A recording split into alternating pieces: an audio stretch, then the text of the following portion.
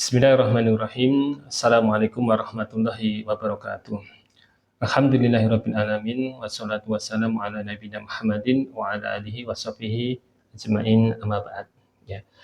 Pada video kali ini kita akan membahas hadis yang pertama dari kitab hadis Arba'in An-Nawawiyah. Ya. Kami bacakan hadisnya langsung kepada matan daripada hadis ini. Yani innamal a'malu binniyat wa innama likulli imri'in ma nawa. Faman kanat hijratuhu ilallahi wa rasulihi fa hijratuhu ilallahi wa rasulihi. Wa man kanat hijratuhu lidunya yusibuha aw imra'atin yankihuha fa hijratuhu ila ma hajara ilaihi. Yang artinya sesungguhnya setiap amalan itu tergantung pada niatnya dan setiap orang akan mendapatkan balasan sesuai dengan apa yang diniatkannya. Barang siapa yang hijrahnya karena Allah dan Rasulnya, maka hijrahnya dinilai kepada Allah dan Rasulnya. Dan barang siapa yang hijrahnya karena dunia yang ingin diraihnya atau karena wanita yang ingin dinikahinya, maka hijrahnya itu dinilai kepada apa yang dia niatkan untuk hijrah kepadanya. Nah, dari hadis yang sudah sangat populer ini ada beberapa faedah yang bisa kita ambil. Di antaranya adalah hadis ini menyebutkan tentang keutamaan niat di dalam sebuah amal. Ya. Hadis ini menunjukkan bahwasanya niat itu adalah syarat sahnya sebuah amal. Setiap amal ibadah tidak akan diterima ya apabila tidak disertai dengan niat yang ikhlas, yakni semata-mata ditujukan untuk mencari ridho Allah Subhanahu wa ta'ala. Kemudian faedah yang bisa kita ambil juga dari hadis ini adalah bahwasanya niat itu membedakan antara ibadah dengan kebiasaan. Niat memisahkan antara perbuatan ibadah dengan perbuatan biasa. Sebagai contoh adalah mandi. Mandi itu bisa menjadi sebuah amal ibadah, yakni mandi besar, jika disertai dengan niat yang benar. Namun mandi hanya akan dinilai sebagai perbuatan atau kebiasaan biasa, ya, apabila memang tujuannya adalah sekedar untuk menyegarkan tubuh. Ya, jadi sekali lagi ya niat itu memisahkan ya antara suatu perbuatan akan dinilai sebagai sebuah ibadah atau sekedar aktivitas atau kebiasaan semata. Kemudian yang ketiga juga di antara faedah yang bisa kita ambil daripada hadis Arba'in yang pertama ini adalah pentingnya niat itu dan pentingnya niat itu di dalam menentukan pahala daripada ibadah atau amal yang kita lakukan. Jadi hadis ini menegaskan bahwasanya pahala yang diterima oleh seseorang itu bergantung kepada niatnya.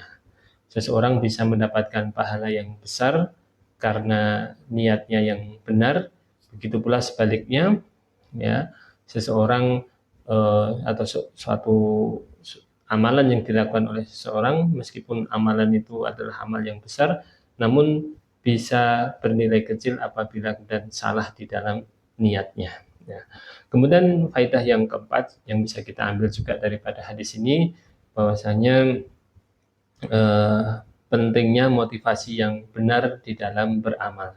Hadis ini mengingatkan agar setiap muslim itu berusaha memperbaiki niat dan motivasi dalam setiap amal perbuatannya, terutama amal-amal ibadah seperti sholat, puasa, haji, sedekah, dan ibadah-ibadah lainnya. Kemudian faedah yang kelima yang bisa kita ambil dari hadis ini, bahwasanya ada perbedaannya antara hijrah kepada Allah dengan hijrah untuk dunia. Ya. Hadis ini memberikan contoh konkret daripada sebuah amal hijrah, bahwasanya hijrah yang dilakukan karena Allah dan Rasulnya itu berbeda dengan hijrah yang dilakukan hanya untuk tujuan-tujuan yang sifatnya duniawi, dan amal tersebut nanti akan dinilai berdasarkan niat daripada orang yang melakukan amalan tersebut, ya. Kemudian faedah yang keenam dari hadis ini, bahwasanya hadis ini juga merupakan salah satu kaidah dasar di dalam Islam yang kemudian para ulama menjadikan hadis ini sebagai salah satu dasar utama di dalam ilmu fikih maupun ilmu usul fikih, karena banyak sekali hukum syariat yang itu berlandaskan dengan niat, ya, niat daripada orang yang melakukannya. Kemudian yang ketujuh, faedah juga yang bisa kita ambil daripada hadis ini, hadis tentang niat ini sebagai pembuka, atau seringkali dijadikan atau ditampilkan atau dituliskan di pada pembuka-pembuka dalam banyak kitab hadis, ya, baik itu kitab hadis maupun juga kitab-kitab yang lainnya seperti kitab fikih, karena memang niat ini adalah permulaan dari setiap amal dan juga penentu nilai daripada sebuah amal perbuatan. Kemudian yang terakhir, yang ke-8, faedah yang juga bisa kita ambil daripada hadis ini berkaitan dengan aplikasi ataupun penerapan niat dalam kehidupan sehari-hari, ya. Dengan kita memahami tentang pentingnya niat ini, maka seorang muslim itu bisa menjadikan aktivitas sehari-hari, ya, seperti bekerja, belajar, ataupun bahkan hal-hal kecil lainnya itu bisa bernilai ibadah, ya, apabila memang itu diniatkan karena Allah, diniatkan untuk mendapatkan ridho, mendapatkan pahala, ataupun juga diniatkan sebagai pendukung untuk sebuah amal kebaikan atau amal ibadah yang ataupun amal-amal yang itu mendekatkan dirinya kepada Allah Subhanahu wa Ta'ala. Ya, demikian beberapa faedah secara singkat yang bisa kita ambil daripada hadis arba'in yang pertama ini. Semoga yang sedikit ini bermanfaat. Kami cukupkan. Wassalamualaikum warahmatullahi wabarakatuh.